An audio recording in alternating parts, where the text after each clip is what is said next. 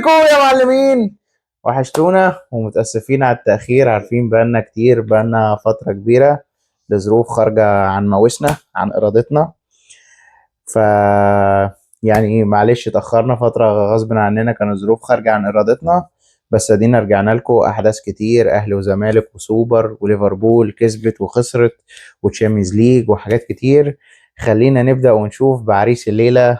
أخبارك يا أندرو؟ عامل إيه النهاردة؟ تصدق انا ما كنتش عايز اعمل الحلقه دي. ليه؟ انا بتهرب منك اديلي اسبوع ولا اسبوعين دلوقتي. ليه الدنيا جميلة الدنيا جميلة. انت شايف ان الدنيا فريقك جميله؟ واخد انت الدوري. شايف كده؟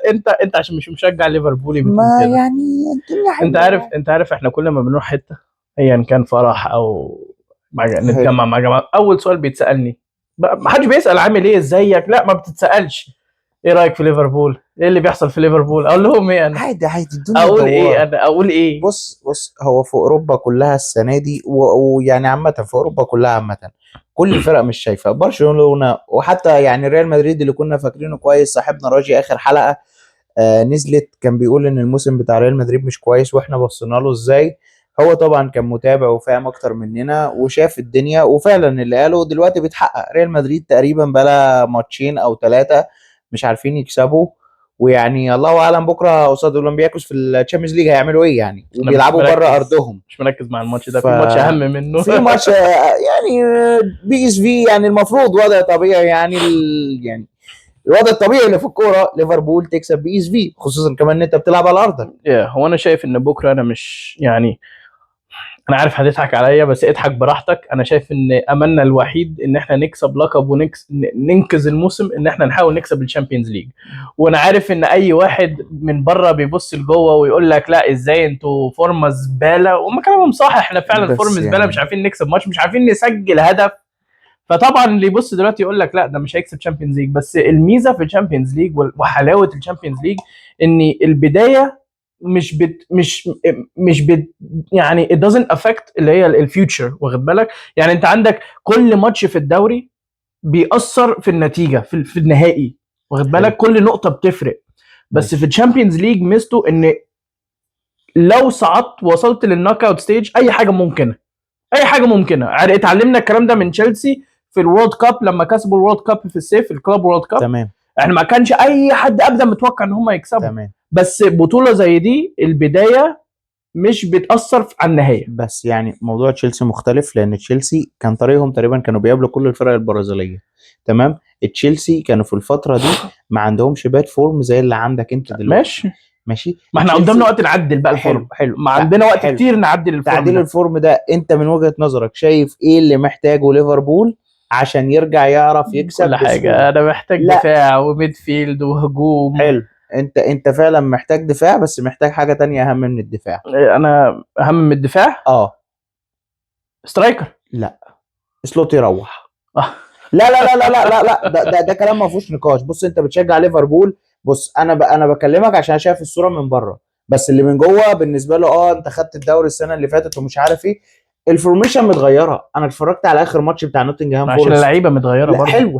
انا اتفرجت على ماتش نوتنجهام فورست الماتش الاخراني اللي خسرتوه 3-0 على ارضكم. اليسون مع الكوره بايده مش عارف يرميها الكركس، رماها له بره طلعت اوت. اللعيبه مش عارفه تباصي، كذا كوره اللعيب بيباصي مش عارفين يباصوا في رجل بعض. ده مستوى لعيبه في الدوري الانجليزي لما يبقى كذا لعيب بالحال ده؟ لا دي مش مشكله لعيبه، دي مشكله فورميشن، دي مشكله كوتش مش عارف يعمل حاجه. اللعيبه دي شفناها راحت طلعت. ايكيتيكي لما راح لعب مع منتخب فرنسا الواد بيجيب اجوان والدنيا حلوه والدنيا ماشيه، يرجع مع ليفربول عشان ركبت عليه ايزاك في وقت غلط، لا ايزاك جه ولا ايكيتيكي موجود. كل ده اسمه ايه؟ مدرب. فيرتز لحد النهارده هو ما بيلعبش في مكانه برضه. الفورميشن التكتيك مش مساعده. بص هو انا معاك. في حاجه تانية معلش. الماتش الاخراني انا ببص على التشكيله قبل الماتش على الاب، سوبوزلاي محطوط ان هو محطوط ميد فيلد. انا ما خدتش بالي وما ركزتش مين اللعيبه اللي محطوطه. بس لما بدا الماتش لقيته رايت باك. انت بتعمل ايه يا معلم؟ انت بتعمل ايه؟ بتلعبوا رايت باك. انا ماتش نوتنجهام الاخير ما عندناش احنا رايت باك. انا ماشي كونر برادلي مصاب. حلو. فريم بونج مصاب. حلو. انا ما عنديش رايت باك. كيرتس جونز اللي ابتدى رايت باك على فكره. حلو في الماتش ده. لا كان سوبوسلاي انا شفتها بعيني. ماشي. هقول لك ليه، هو شيل كيرتس جونز ورجع زوبوسلاي في رايت باك. ما احنا زوبوسلاي محتاجين بقى رايت حلو. باك، ما عنديش رايت سوبوسلاي باك. وهو رايت باك ماليش دعوه بيأدي اداء حلو ووحش، هو احسن لعيب في ليفربول الفتره دي، ده مش موضوع. لازم يلعب قدام في بس الميدفيلد في مركزه. انا عارف كلامك، لا انا لا لا عارف في انت عايز حاجه تقول تانية، ايه. في حاجه تانية هو بيعملها اوحش. مم. بيعمل ايه؟ سوبوسلاي رايت باك لما الكره تبقى مع ليفربول وانت ضاغط الفرقه اللي قدامك، سوبوسلاي يا حبيبي سيب الرايت باك وخش في الميد فيلد. لذلك بيبقى الواد عندك شوارع بسبب ان هو خلى الواد الرايت باك يسيب مركزه وقال له يلا بقى خش بقى العب ميد فيلد، اللي هو انت بتلعب بدورين، بتلعبه رايت باك بس والكره معايا خش ميد فيلد. فطبيعي يا معلم هيبقى عندك شوارع. انت الثلاث اجوان اللي جم عندك نوتنجهام بيقسموا عليك في ال 18، اليسون بيصد الكره بتترد لواحد تاني يجيبها جون. بس اكيد هو ليه هدف احنا مش شايفينه. ما برضه يعني انا مش هدف مقتنع. لو انا شايف انا في مش حاجه مقتنع بتتعمل. ما ثانيه، انا مش مقتنع ان احنا الاداء اللي احنا بنلعب بيه ده، يعني انا عارف ان هو سبب من اسباب هو الكوتش، بس انا مش مقتنع ان كلها على الكوتش، عشان في جزء على نفس اللعيبة.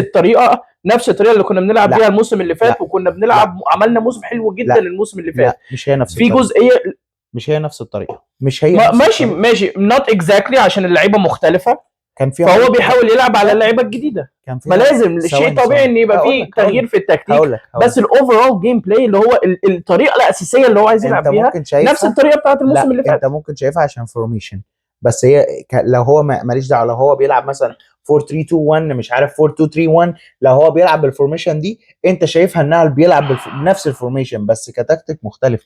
هديك مثال بسيط، انت السيزون اللي فات كنت بتعمل هاي بريس صح؟ السنه دي انت ما بتعملش هاي بريس، وحتى لو بتعمله غلط، عشان كده بيترد عليك. الكلام ده بقى اصل بص انا مش بكلمك هو في انا حاجه. ما شفتش هاي بريس بصراحه من ساعه ما كلوب مشي. بالظبط اللي هو الهاي بريس اللي بتاع كلوب. السيزون اللي فات كان فيه جزء، عشان كده بقول لك هو خد الدوري بواقي اللي هو ايه، انا خدت الفرقه دي في البيك بتاعها. السيزون اللي مشي فيه كلوب انت كنت خسران الدوري بفرق حاجه بسيطه مع السيتي، تمام؟ هو كلوب مشي بطريقه بس في وقت مش مناسب. في وقت حلو انت كنت خسران، انت خسران والفرقه دي بدات الفورم بتاعها يعلى ويوصل للبيك، فخدتها السنه اللي فاتت. وبرده حاجه تانية ما تقللش منك كليفربول، بس انت السنه اللي فاتت ما تقللش منك، انت عملت موسم حلو وكسبت، بس برده السنه اللي فاتت السيتي كان ضايع ماشي، دي حاجه برضه يعني السيتي اللي كان موجود الموسم ده انت مالكش دعوه بقى بين اللي موجود ومين اللي مش موجود. الله، ما انت عمال تقول لي بقى مين ومش مين وانت مش بتلعب عشان الفرقه تعبانه. لا مش صح كده. اسمعني بس، السيتي السيزون اللي فات كان ضايع خالص صح؟ ارسنال كان ضايع، فانت برضو حاجه من الحاجات اللي ساعدتك انك تكسب الدوري مش ارني سلوت، ان انت واخد الفرقه من كلوب فرقه واقفه على رجلها. انا مش شايف ان الفرقه اللي حواليا الموسم ده مستواها مختلف عن الموسم اللي فات بفرق شاسع. لا ارسنال فرق مستواها مختلف. انت في اول الموسم لما ابتدينا في اول حلقه جيتني وقلت لي ايه؟ قلت لي انا عمري ما هشوف ارسنال. ده حقيقه انت جاي تغير كلامك دلوقتي؟ ده حقيقه، ما الكوره فيها متغيرات. انا دلوقتي فرقه بتلعب حلو دلوقتي، يعني ليفربول السنه اللي فاتت يعني انت شايف ان ارسنال هتكسب الدوري؟ ما قلتش كده بس انا دلوقتي هي لو بتتكلم هي احسن فرقه في انجلترا. انت شايف حاجه غير كده؟ انت شايف فرقه اجمد منها؟ لا. كمن حيث الدفاع، كمن حيث ان هم بيكسبوا ماتش توتنهام، هم حرفيا بيلعبوا انسايد جيم. اسئله محرجه مش اسئله محرجه بس احنا بنتكلم في الواقع. انت السنه اللي فاتت كنت اقوى فريق في انجلترا عشان بدليل ذلك انت خدت الدوري صح. حتى لو انت احنا مثلا كوانا واحد بتفرج على الكوره مش شايفك بتلعب باحسن اداء بس ستيل انت اقوى واحد في اللي موجودين، فانت استاهلت تاخد الدوري. ما يقللش خالص منك لما انا بقول اللي حواليك كانوا، ما هي طبيعي، ما هو الدوريات كلها، ما هو انا بكسب الدوري عشان اللي حواليا فورم يعني الفورم يعني فدي برضو حاجات من اللي ساعدت ارني سلوت. لكن ارني سلوت ككوتش سواء حلو او وحش، بس انا شايف ان الدنيا واسعه منه مش عارف يلمها. هو انا من النوع ان انا ما بحبش اغير الكوتش. ما بحبش يعني ايه زي تشيلسي. عارف تشيلسي كان يعني فتره بتعيد عليهم كل ما يخسروا يغيروا الكوتش بعدها ب6 شهور. جرام بوتر، بعد جرام بوتر جابوا توماس توكل وتوماس توكل مشي مشوه والراجل عمل شغل. توماس توكل انا ما شفتش ان هو عمل حاجه وحشه، بس ابتدى كام ماتش على بعض واللي بعده. انا ما بحبش النظام ده. يعني احنا لو كنا بنمشي بالنظام ده كان كلوب في 2015 لما جه كنا بعد اول 5 ماتش كنا ماشيين. انا معاك. ففي اوقات المدرب أنا محتاج وقت. مايكل ارتيتا برضو في الاول لما مسك ارسنال كانت تعبانه جدا، وكان ممكن سهل ارسنال تمشي ده ارتيتا. حقيقي. فانا بحب ادي مدرب اللي هو ايه فرصته، بالظبط. بالذات مدرب اثبت نفسه وكسب دوري. انا فدي مختلف مهمة في برضو. في اخر جزء ده، بس انا معاك في كل اللي انت بتقوله ان انت ما غيرش كوتش. بص باشا، ماشي، انا ما معاك ان انا ما تقنعنيش غيرش كوتش. تقنعنيش ان بص اي كوتش بيكسب دوري بالذات الدوري الانجليزي لازم نحترمه. ليه احترامه بغض يعني- نظر يعني اللعيبه، بغض نظر ثواني. التكتيك. ما برضو يعني مورينيو كسب الدوري الانجليزي كام مره؟ لا كتير. لاحترامه دلوقتي المفروض بيدرب فين؟ يس ليه احترامه طبعا. بيدرب فين؟ ايه بيدرب فين دلوقتي؟ مش مهم بيدرب فين، بس هو ليه احترامه كمدرب. طب مثلا سير اليكس فيرجسون برضو ليه لا احترامه. ده كسب الدوري كذا مره وعمل منظومه. طيب ماشي. لما تيجي تكلمنا عن كلوب كسب الدوري مره واحده في خلال 8 أو 9 سنين معاك، برضو ليه احترامه. ليه؟ انا شايف حاجه منك على ارض الواقع. انت السنه دي من اول ماتش، اصل دي حاجه، بص انت كذا مره تجيلي لما كلوب كان بيدرب ليفربول في 2020 و2021 ولما كنا عندنا يعني بنأدي اداء زباله، كنت بتجيلي تقول لي كلوب ده لا خلاص كلوب بقى كلوب. اللي هو ايه، هو كل مدرب يعني يخسر 3 ماتشات ورا بعض ولا يعمل فورمه وحشه هنمشيه على طول. I don't agree with this. I don't agree with this mindset. انا عايز اديله فرصته. انا مش هكدب عليك، انا بعد الماتش بتاع نوتنجهام قلت لا ارني سلوت لازم يمشي. كنت متعصب ومتضايق. انا معاك، هقول لك بس انا مشجع. ده اللي هو ايه من الغيظ بتاعي، واللي هو ما بحبش اشوف فريقي كده. في حاجات هقول لك على حاجه، بس انا هنديله فرصه. هو انا سمعت ان النادي هيديله فرصه لحد السنه الجايه. هو هياخد هو مش هيمشي. ليفربول مش هتمشيه حتى لو خسر ايه. اصل حتى لو مشيته هتجيب مين؟ ما دي فكره برضه لازم تفكر فيها. هتجيب مين؟ مورينيو؟ لا انت هو مش هيمشي، هو هيكمل لاخر السيزون. ايه اللي هيحصل؟ هو هيكمل اخر السيزون. ده اجباري عشان ما فيش حد نجيبه مكانه. سيبك من نقطه ما فيش حد. يعني انت ارني سلوت دي مهمه. لا ارني سلوت انت ما كنتش تعرفه قبل كده، وهو جه وانت بالنسبه لك شفت ان هو مدرب حلو اول سنه. ايوه بس ما جاش في اول موسم، يعني ما جاش في نص الموسم. انا فاهم بس يعني فكره ان ما فيش مدربين، لا المدربين على قفا مين يشيل يعني. بس خليني اقول لك على حاجه. انا دلوقتي مثلا كلوب مثلا اول سيزون لعبه خسر الدوري، بيب اول سيزون لعبه خسر الدوري. بس انت شايف تحسن حاجه يعني. بتتعمل تحسن. انا من اول السيزون قول لي انت بتلعب على ايه؟ ماشي. التحسن تلعب على كاونتر اتاك. انا معاك. التحسن ده بيجي ازاي؟ من اي مدرب. التكتيك وحاجه تانية الترانسفير ويندو. انت عايز ايه تاني؟ ماشي ما اختلفناش، بس احنا انت السنه دي انت بقالك 9 سنين او 10 سنين اللي كان فيهم كلوب ما جالكش صفقات زي اللي جالك السنه دي. ايوه انت صح، وساعات محتاجين بس هو في مش شويه حظ في الصفقات. يستخدمهم. ما انت ممكن تشتري لعيب ب 150 زي ايساك وما يجيش. حلو، هو كيتيكي كان شغال باص. هي لعبه مش لعبه بس انت برضه مش قادر تفهم. مش جاي باظ. هو التكتيك مش ماشي معاه، وايساك برضه جه مش عامل شغل. بلاش صلاح. طب صلاح عمل ايه؟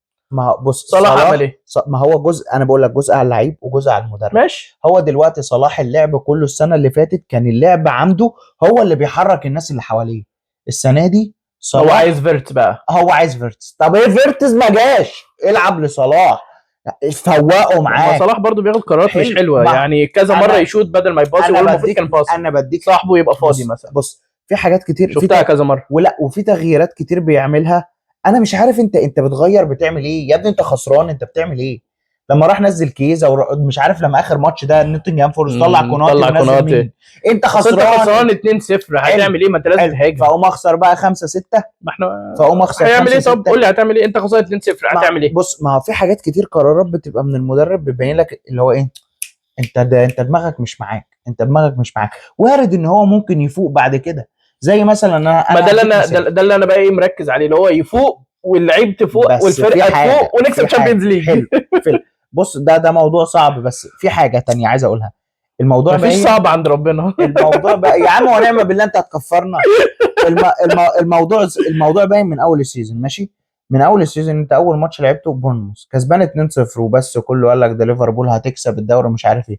فجاه لعب بورنموث رجعت عليك بقت 2. هو المشاكل كانت واضحه من اول الموسم. المشاكل واضحه من اول موسم. انا مش بتكلم وخلاص. انت حتى في عز ما انت كنت بتكسب انت برضو عندك مشاكل. بلاش دي ماتش فرانكفورت اللي انت كسبته 5. حلو، انت كسبته 5 وعامل اداء جميل تمام. ضيعت فرص عادي، دي بتحصل في الكوره. اوكي. بس في كام كوره كانت ممكن غلطات تحصل اكيد ترد عليك الماتش ده، تطلع من الماتش ده خسران او متعادله. اكيد ده فده اللي انا بكلم. انت في عز ما انت بتكسب وبتدوس على الناس انت لا في غلطات وفي حاجات نعم. باينه، في حاجات باينه. فده بالنسبه لليفربول والدوري الانجليزي. الماتش الجاي انت عندك هتلاعب مين؟ بكره PSV ايندهوفن بكرة. في الشامبيونز ليج. توقعاتك انت شايف ايه؟ مش عارف هو على ارضنا، وانا عايز اكسب طبعا، بس طب اسمح لي بس ما اعرفش. اطلع، بس انا عايز اشوف ترتيب PSV في الدوري في الشامبيونز ليج. ما الحاجات دي ما بتفرقش. طب ما نوتنجهام أنا- فورست كان الدوري 16 سوري المركز ال 16 او 19 لما غلبونا. الحاجات دي ما بتفرقش، وعلى حسب يعني الفورم PSV بتاع الفريق في اليوم ده. هقول لك انا PSV لعب 4 ماتشات، كسب ماتش، تعادل ماتشين، خسر ماتش واحد. ضد ليفربول.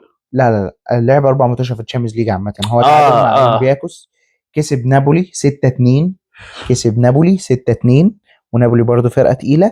اتعادل مع ليفركوزن بره ارضه 1-1. واول ماتش هو ده اللي كان ماتش مفاجاه، خسر من فريق بلجيكي 3-1. تمام. فهو ونتائجه في الدوري الهولندي مش هقارن طبعا، بس يعني فريق فايق، يعني اللي اقصده مش فريق بيخسر او كده. وفي حاله ليفربول يعني PSV يعني ده اكيد لو كان بيلعب في الكونفرنس ليج او بيلعب في اليوروب ليج، مش عارف بيلعب ويست هام او بيلعب نوتنجهام فورست، اكيد هيأدي قصادهم برضه. ماشي. فهو برضه ماتش صعب، ليفربول ما تقدرش تتوقعه، ممكن يكسب بكره تلاقيه يكسب 5-6 وممكن يخسر 2-3. فهو الفورم اللي هو حاططها، يعني الفورم اللي ليفربول فيها مخلياك ما تعرفش تحكم على الماتش ده. انا مش متفائل قوي يعني. انا بعد الماتش اللي فات يعني عارف، يعني مع كل ماتش بيعدي الثقه بتقل في الفريق، عارف بالظبط. الثقه بتقل وتقل وتقل. فانا وصلت للاخر اللي هو خلاص يعني. انا عايز اقول لك بتفرج على الماتش ضد نوتنغهام وما كانتش فارقه معايا يعني. كان الجون يخش كنتش بتضايق. بس يعني ليفربول هي في المركز العاشر في الشامبيونز ليج، لعبة 4 ماتشات، كسبوا 3 وخسروا 1 اللي هو قصاد ايوه بس لو جالاتا سراي. كسبنا الماتش ده هنطلع مراكز بالظبط. كتيره. اكيد كل ماتش هتكسبه او هتخسره هيأثر، بس يعني اللي عايز اقوله ماتش زي ماتش بكره لو خسرته برضه مش هيأثر، انت لسه هيبقى عندك فرصه كبيره ان انت تصعد. بس مهم بس عشان في مهم ماتشة طبعا، صعبه جايه في يعني. ماتشة صعبة عندنا جاية. انتر جاي كمان اسبوعين ولا حاجه، او بعد السنه الجديده عندنا انتر، ماتش صعب مش سهل. بالظبط. بس يعني انا شايف ان انت تقدر تكسب الماتش ده بكره لو اللعيبه ركزت وارن سلوت ركز في الماتش وركز في تبديلاته وركز في الفورميشن اللي هو بيحطها. خلاص يعني نقول يا رب. لازم يركز. عشان عندنا ماتش تاني بكره، يعني ده انا شايفه ده مش قمه تشامبيونز ليج، الماتش بتاع بكره ده يعني ده قمه اوروبا كلها، لان دول احسن فرقتين بيلعبوا كوره في اوروبا في الوقت الحالي، ما بين ارسنال وبايرن. ارسنال وبايرن. فيعني انا شايف ده اقوى ماتش اصلا يعني هو ماتش هيبقى حلو الاسبوع كلها. ده ممكن يبقى الاسبوع نهائي. كله ده ماتش ممكن يبقى نهائي. ممكن يبقى نهائي فعلا. فارسنال وبايرن، يعني الناس كلها بتقول بايرن طول ما هي بتلاعب ارسنال اعرف ان انت بسم الله الرحمن الرحيم بدات ضربه جزاء لهاري كين وعلى يمين الحارس 1-0. على ارض مين؟ على ارض ارسنال. تفتكر الماتش ده؟ بص هو انا بس حب استطلاع، كنت عايز اعرف على ارض مين، بس بغض النظر ارض مين انا شايف بايرن هتكسب بسكور، او مش شرط سكور، عشان ارسنال الدفاع بتاعهم قوي جدا. دفاعهم ارسنال عنده بتاع يعني في وجهه نظري احلى دفاع في اوروبا كلها، بس او في العالم كله. صليبه مصاب، وجابريال برضو على فكره. او لا يبقى جابريال انت فاجأتني بصليبه. لا انا ما بتلخبط ما بينهم. لا جابريال اتصاب مع برازيل. جابريال هو اللي مصاب. بس يعني هو برضو ستيل حتى مع الاصابه بتاع جابريال اللي شفنا الواد اللي لعب مكانه الجديد ده صح. هينكابي تقريبا. هينكابي وفي واحد تاني جايبينه اسمه ماسكارينا باين. بس هو هينكابي ده اللي هو هيلعب، هو ده اللي لعب في ماتش توتنهام. اسمه ايه؟ هينكابي ما اعرفش اسمه ايه يا عم، عادي اي ما يكون اسمه هو الدكتور ده، بس انا مش ابوه وامه يعني، مش اللي مطلعه شهاده ميلاده. المهم يعني هو الشخص ده اللي هيلعب، ولعب في ماتش توتنهام ولحد ما كانوا متماسكين في الدفاع. رايا برضو جايب فورمه، بس ميزه كومباني ان هو بيعرف يقرا الماتش كويس. وهو انت شفت عمل ايه في PSG على ارضها. فهو ماتش صعب، هو ماتش خارج التوقعات، ما تقدرش تحدد مين اللي هيكسب. يعني انا مختلف معاك، مش شايف ان بايرن يعني هتكسب وبسكور كبير. لا مش ماشي يعني مش سكور، بس انا شايف انها هتكسب. الماتش ده انا شايف بايرن اقوى. بايرن برضو في حاجه تانية، بايرن غايب من عندهم، يعني انا شايف ممكن اهم واحد عندهم السيزون ده واللي انتوا خسرتوه لويس دياز، غايب الماتش بتاع عشان الكارت الاحمر. عشان الكارت الاحمر لما دخل على حكيمي. فبرضو دي حاجه يعني برضو تقلل برضو فرص بايرن. والماتش برضو على ملعب ارسنال في الاميريتس صعب. فانا شايف الماتش ده ممكن اقرب لتعادل، او يعني لو حد هيكسب هيبقى فرق هدف، يعني حاجه بسيطه. بس في عندنا ماتش تاني، ماتش الفاينل، كان فاينل ايه اليوروب ليج تقريبا طب ما أو تقول اليوروب لي كاب. قول لي الفرقه طب بي الاول. اس جي وتوتنهام. بي اس جي وتوتنهام. ده كان فاينل فاينل ايه يوروب ده؟ كاب او سوبر كاب تقريبا، سوبر كاب. سوبر لا ما انت بتقول لي يوروب كاب، ما انت ركز معايا. نهائي وده بي اس جي كسبه، بس توتنهام كان كسب الماتش ده على فكره، كان كسبان كسبوا 2-0 وبي اس جي عملت كانوا عاملين مفاجاه توتنهام، بس بعدين بي اس جي رجعت والماتش يعني كسبوا بي اس جي زي ما احنا هو كنا متوقعين. توتنهام هي كالعاده سيزون تعبان وكل يا كله، وبي اس جي تشوف ان هو بي اس جي هتكسب الماتش ده.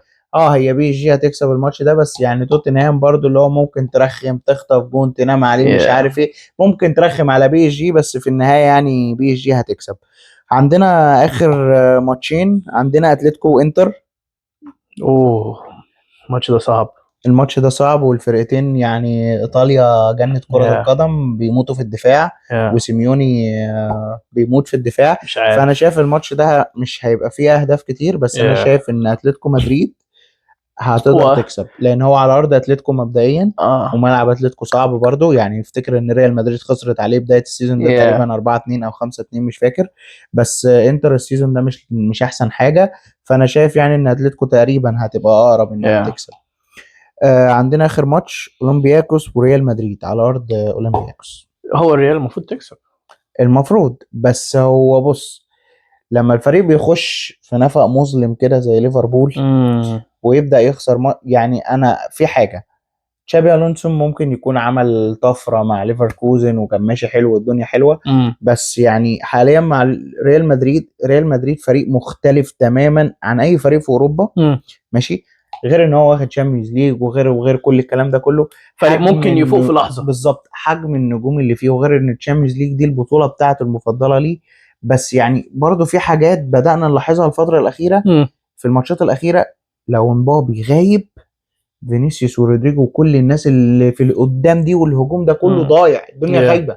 اخر ماتش التشي بيلعبوا خسرانين 1-0 2-1 اتعادلوا وجابوا جونين، يعني الناس كلها بتتكلم ان هم اصلا جونين مشكوك في صحتهم، وكان في كارت احمر فيعني ما اعرفش امبابي لو ممسوك تقريبا او غايب فالماتش صعب، بس يعني المفروض الطبيعي ان ريال مدريد تكسب. اولمبياكوس يعني مش فرقه اللي هي ده بالنسبه للتشامبيونز ليج. بس انا بالنسبه لي زي ما انت قلت، وفعلا حتى باين من الترتيب بايرن وارسنال الاول والثاني، فده ماتش يعني قمه الاسبوع. وبرده مش عايزين ننسى ان النهارده تشيلسي ادت علقه سخنه لبرشلونه. الكارت الاحمر ساعد، بس الكارت الاحمر ساعد، بس هم برده يعني انا شفت تقريبا الشوط الاول معظمه ونص الشوط الثاني. تشيلسي يعني هي تقريبا كانت ماسكه الكوره طول بعرض الملعب، هي كانت دايسه على برشلونه حتى قبل الكارت الاحمر. اروخو يعني ده اغبى مدافع انا تقريبا شفته. يعني مش اغبى مدافع، في برضه مدافع غبي عندكم جوميز ده تقريبا او مش عارف شكرا مين. كلك ذوق. مدافعين اغبياء يعني بيعملوا قرارات ما يعملهاش عيل في ابتدائي. انا هجيب رامي ربيعه يلعب. رامي ربيعه احسن مدافع في العالم طبعا. صح. انا امنت بالله. طبعا، امال ده احنا مشيناه عشان هو احسن مدافع طبعا.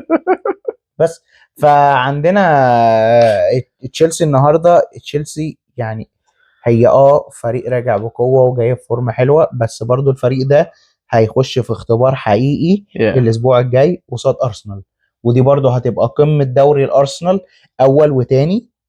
فيعني ارسنال عنده ماتشين صعبين، لو قدر يعديهم هيبقى بنسبه كبيره عنده فرصه كبيره ان هو ممكن يكسب الدوري الانجليزي، لان هو كده هيبقى يعني بمعنى صح خلص على اقرب منافسينه. الماتش الوحيد اللي خسره سبحان الله خسروا من ليفربول. فيعني زي ما انت قلت ارسنال هو الوحيد اللي جه. ارسنال يعني كانت باديه الموسم كلنا بنقول مدرب جبان ومش عارف ايه، بس يعني مع الوقت ابتدت تشوف حاجات، تشوف ان ده فريق عنده دفاع فعلا. في يعني انا ما شفتش دفاع في العالم قعد بتاع حوالي 6 أو 7 ماتشات وان شوت اند مش هقول لك جون، ما انا بقول لك احلى دفاع، فدفاع قوي. ممكن الاصابه بتاعت جابريال دي تاثر عليهم، بس يعني ستيل برضه هو منظومه قويه. وبايرن يعني هنشوف انا عندي ارسنال تكسب الدوري وتشيلسي ما تكسبهاش، واللي احلى لو مان سيتي تكسبها. مان سيتي يعني السنه دي بالمناسبه صح، مان سيتي النهارده خسرت على ارضها 2-0 من ليفركوزن. فجوارديولا عمل حاجه كده زي واحد صاحبنا هبقى احكي لك عليه دلوقتي النهارده في الحلقه. يعني مدرب يعني كده واحد صاحبنا عمل ايه؟ ريح كل الستارز بتوعه، ريح هالاند وريح الناس دي كلها، وقال لك بس ده باير ليفركوزن وعلى ارضي ومربوحه ان شاء الله وماتش ايزي وين والدنيا حلوه. نزل خد 2-0 صايمه وطلع من غير ما يفتح بقه. حلو، بس برضو ده ما يمنعش ان هو برضو في ماتش نيوكاسل اتظلم، كان ليه ضربتين جزاء. بس يعني مان سيتي السنه دي ما تقدرش تقول ان هو مرشح، وممكن يجي يفوق فجأة ما تعرفش، لان هو بيمشي على سطر وبيسيب سطر. احسن نسبيا، احسن شويه، احسن حاجه بسيطه من السيزون اللي فات، بس ستيل عنده ثغرات وعنده حاجات كتير. وعايز اقول هو ممكن نكون احنا حاسين ان في تحسن، والسبب في التحسن ده دونا روما. مش يعني هو شايل اجوان بالعبيط على السيتي. في ماتشات السيتي كانت ممكن تشيل 6 و7 عادي جدا. هو شايل انفرادات، فده ممكن يخلينا شايفين التحسن نسبيا باين من النتائج. بس يعني هو ستيل برضو محتاج شغل كتير. بس بيب يعني ما تتوقعوش، يعني ممكن يفوق والله اعلم اللي هيحصل في السيزون. بس انا برضو انت لفتت نظري بحاجه وفكرتني بحاجه انا كنت عايز اتكلم فيها، هي الحكام. انت بتقول لي السيتي اتظلمت في ضربتين جزاء وانت اتظلمت وانا في ظلم حصل برضو. بس انا مش عايز حد يفتكر ان انا بقول الحكام هم السبب ان انا خسرت. لا، انا معترف ان انا خسرت عشان انا في وضع سيء جدا جدا جدا. انا ما استحقش ان انا اكسب ماتش حتى، يعني لازم تاخد حقك، بس اخد حقي. بالظبط الحكام دي يعني ازاي اسبوع تحسب حاجه اوف سايدز والاسبوع اللي بعديه نفس الحاجه تحصل وتحسبها جول للفريق؟ انا مش فاهم، مش عارف استفهم انا. يعني حتى الجون بتاع نيوكاسل اللي جه، انا فاكر ان انا بعت لك والماتش شغال قلت لك ان الجون ده اوف سايد، او كان جون للسيتي تقريبا جابوه بنفس الطريقه. في جون يعني جه الاسبوع اللي بعديها انا قلت لك اوف سايد ولقيته برضه اتحسب. فانا بجد انا بتحصل كتير. انا مش فاهم انتوا ايه اللي بيتحسب وايه اللي ما بيتحسبش بالظبط. انا مش بقيتش اعرف القوانين بالظبط. يعني انا بتفرج انا مش عارف اللي هو ايه. يعني النهارده مثلا تشيلسي جابت جون انت بتشوفها بعينك هي اوف سايد، هي اوف سايد. ما اعرفش لقيت فجأة الجول لاين تكنولوجي ومش عارف ايه والحاجات دي كلها والاوف سايد لاين ومش عارف ايه والحاجات دي كلها، لقيته بيقول لك جون. قعدوا يعيدوا البتاع. يا جدعان ايه القرف ده؟ هو الفار حلو وبيدي الناس حق، بس ايه القرف ده؟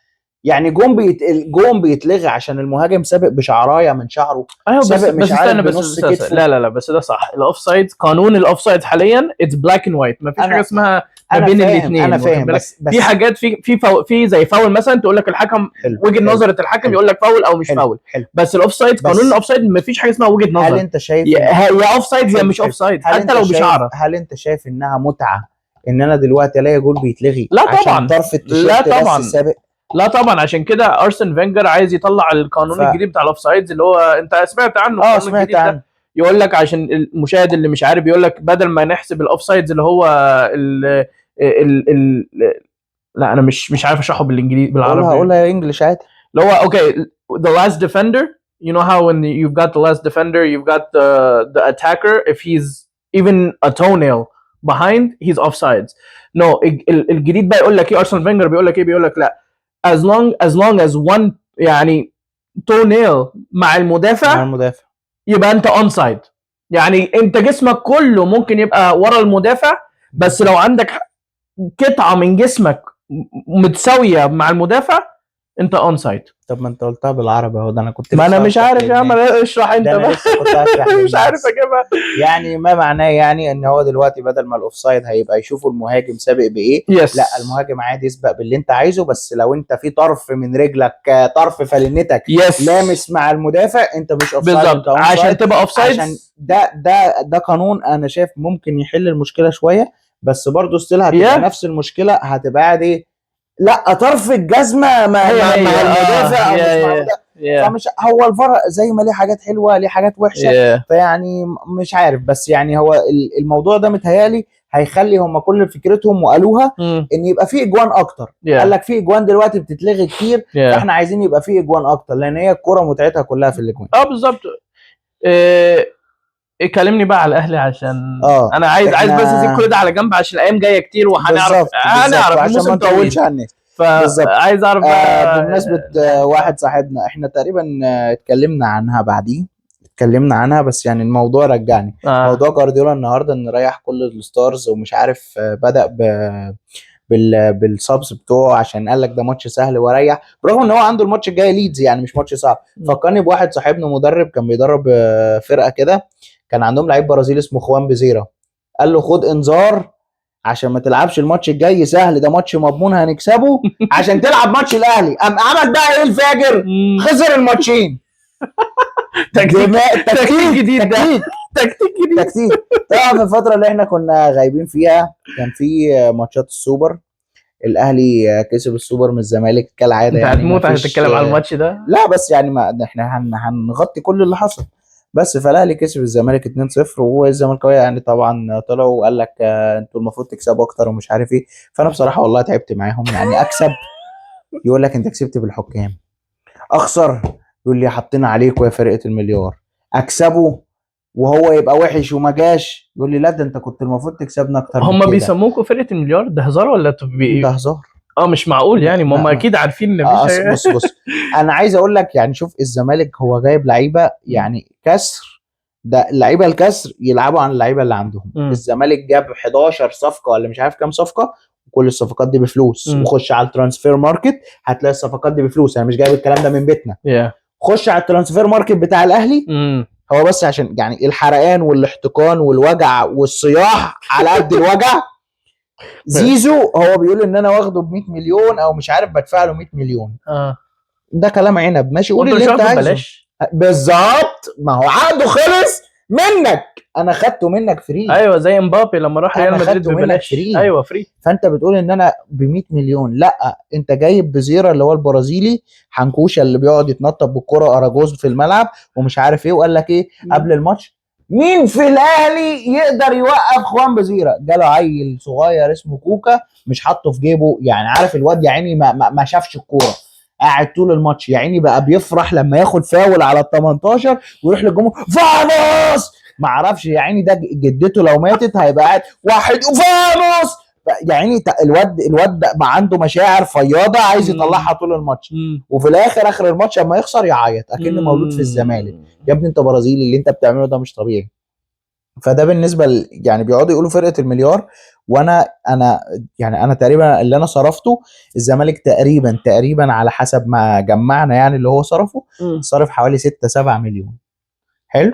هو المشجعين الاهلي صرف 2 أو 3 مليون بغض النظر انتوا صرفتوا كام. انا عايز، هل الزمالك معترف ان الاهلي افضل فريق طلع من مصر؟ لا هو عمره ما هيعترف، عمره ما هيعترف كده. بص انا شايف المشكله ما بين الاهلي والزمالك، او الفرق مش بلاش نقول مشكله، الفرق ما بين الاهلي والزمالك ماشي سيبك من ادارات والكلام ده، سيبك بقى هيقعد يقول لك مرتشي وحرامي ومش عارف ايه، قول اللي انت عايزه.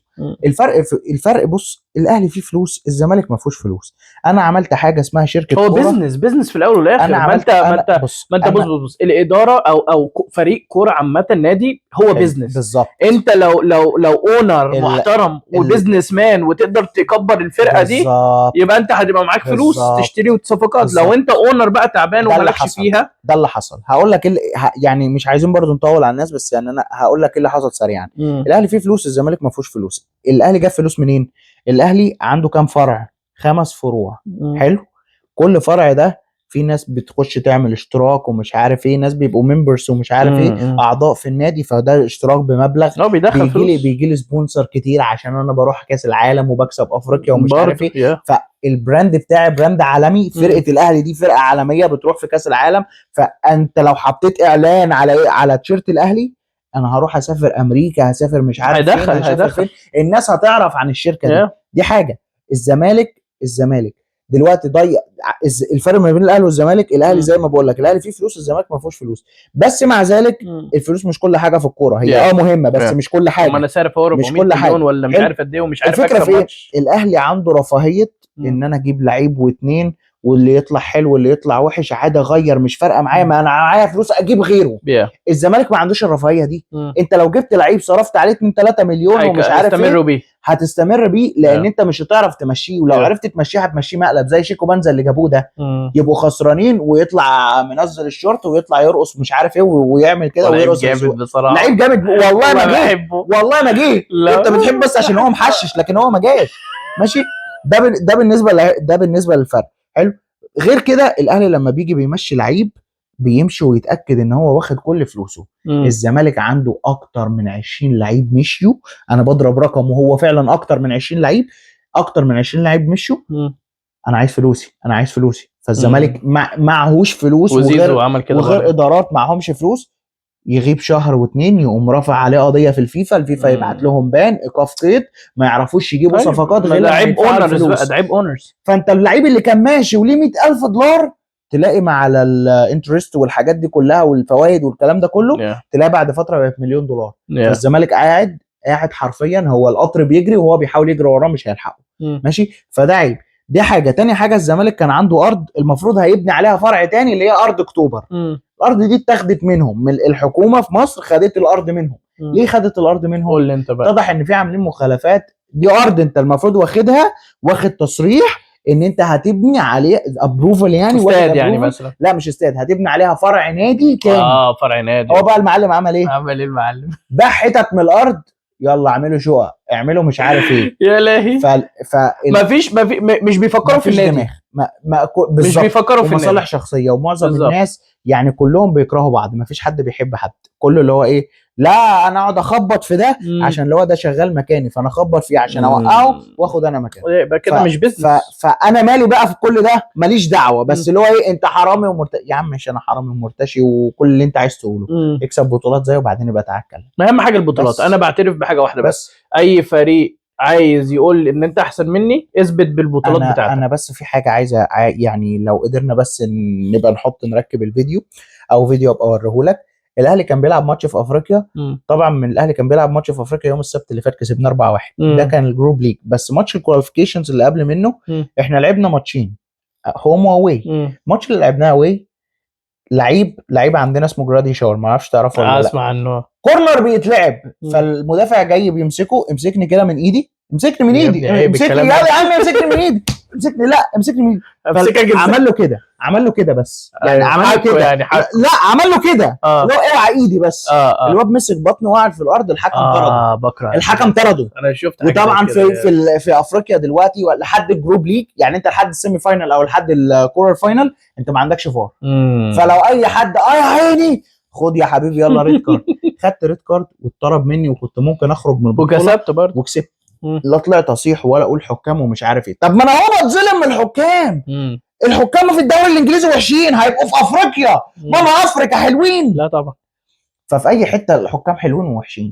في اي حته انا بتظلم، والتحكيم هيقف جنبي في مره زي ما هيقف جنبك في مره. ما تجيش تقول للحكام عشان نقفل القصه دي. انا دلوقتي كلاعب كوره لو بلعب في الزمالك ورايا جمهور ورايا، معلش اصل ما فيش فلوس، اصل ما فيش حكام، تفتكر انت هيفرق معاك لو ضربه الجزاء اللي انت داخل تشوطها دي وهتكسبك بطوله ضاعت ولا لا؟ ما الاعذار موجوده. هجيب ليه؟ ميزه الاهلي غير ادارته في جمهوره. انا الاهلي بياخد بطوله افريقيا، اللعيبه بتروح بتحتفل مع الجمهور، بيسمعوا الجمهور بودانهم. دي افريقيا الكامل 10، يلا عايزين ال11 السنه الجايه. طب يا ابني افرح بدي. لا انا عايز افرح. يلا ما عندناش وقت. فده الفرق، انت حاطط ضغط طول الوقت على اللعيب بتجبره ان هو يجيب. بس فده بالنسبه لمشوار الاهلي مع المدرب الجديد بدا يفوق. في حاجات يعني بدانا نشوفها تكتيك حلوه. الدفاع عندنا تقريبا نفس دفاع برشلونه، يعني بغض النظر عن المقارنه يعني. بس اللي عايز اوصله يعني عشان انت ما بتتفرجش على الاهلي، دفاع برشلونه فيه كوارث، الاهلي برضو دفاعه فيه كوارث. هو بيحاول يحلها من وسط الملعب بالتكتيك بالحاجات دي كلها. بس احنا يعني الناس كلها يعني ظاطت في ان موضوع ان انت جبت زيزو وتريزيجيه وبن شرقي ومش عارف ايه. بس انت عندك الدفاع واقع، عندك في مراكز، عندك الباك ليفت واقع، عندك الرايت باك واقع. محمد هاني ما موضوع صعب. مع ان كان حلو محمد هاني. الموضوع صعب. كان في وقت كان حلو. لا عمره ما لا كان في فتره انا كنت معجب بيه. بس سيبك من محمد هاني، في لعيب تاني هموت واعرف راح فين. اكرم توفيق ده مش عشان فلوس الخليج ومش عارف ايه وفلوس قطر والكلام ده كله. بس هو لعيب مش لا هو بص، هو ما كانش لعيب قد ما ان هو ايه في الحته الدفاعيه. اسمع انت طلعت لي بالسما فيه قلت لي لا كان في الحته الدفاعيه. انا عايز رايت باك متكامل. زي ارنولد يعني اللي هو لا ده مش متكامل. لا هو عامل زي ارنولد اللي هو في الطلوع هجوم جامد بس في الدفاع زباله. اكرم توفيق كانت الدفاع. محمد العكس يعني كان دفاع جامد. بس يعني هو يطلع هو مش رايت باك اصلا، هو ميد فيه واحنا وديناه رايت باك. بس محمد هاني العرضيات بتاعته بدات تتحسن، بس يعني عارف مش هو ده طموحي، مش هو ده الرايت باك بتاع الاهلي. انت رايت باك بتاع فرق عايز نص علي معلول. الجدول.